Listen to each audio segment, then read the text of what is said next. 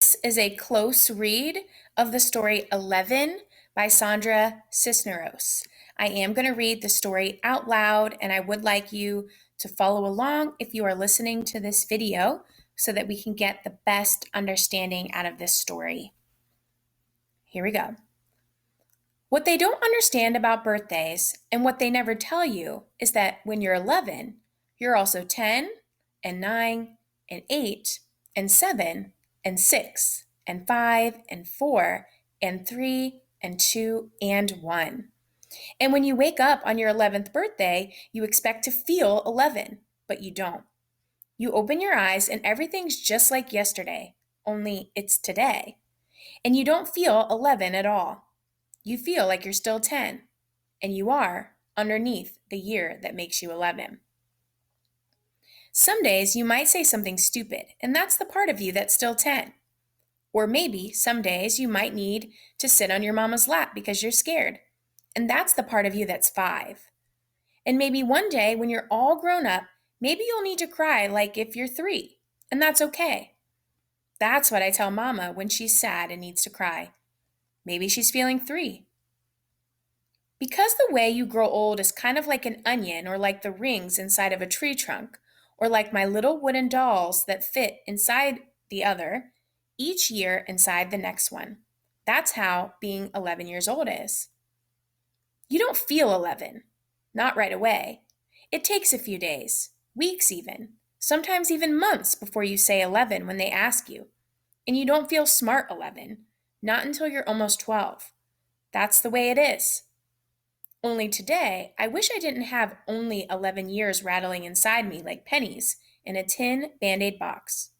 Today, I wish I was 102 instead of 11, because if I was 102, I'd have known what to say when Miss Price put the red sweater on my desk.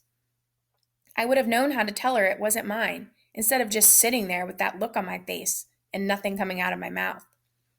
"Whose is this?" Miss Price says, and she holds the red sweater up in the air for all the class to see. "Whose? It's been sitting in the coat room for a month." "Not mine," everybody says. "Not me." "It has to belong to somebody," Mrs. Price keeps saying, but nobody can remember. It's an ugly sweater with red plastic buttons and a collar and sleeves all stretched out, like you could use it for a jump rope. It may be 1,000 years old, and even if it belongs to me, I wouldn't say so. Maybe because I'm skinny, maybe because she doesn't like me, that stupid Sylvia Saldivar says, "I think it belongs to Rachel." An ugly sweater like that, all raggedy and old, but Mrs. Price believes her. Mrs. Price takes the sweater and puts it right on my desk, but when I open my mouth, nothing comes out.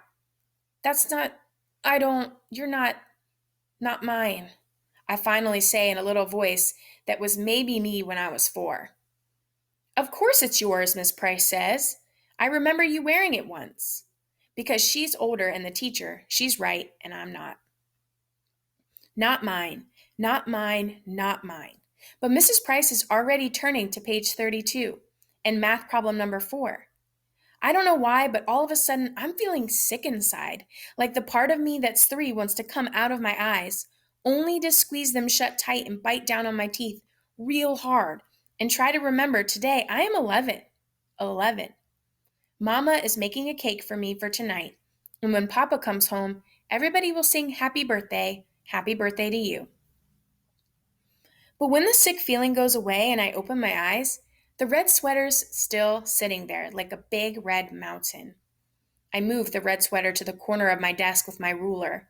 I move my pencil and books and eraser as far from it as possible. I even move my chair a little to the right. Not mine, not mine, not mine. In my head, I'm thinking, how long until lunchtime?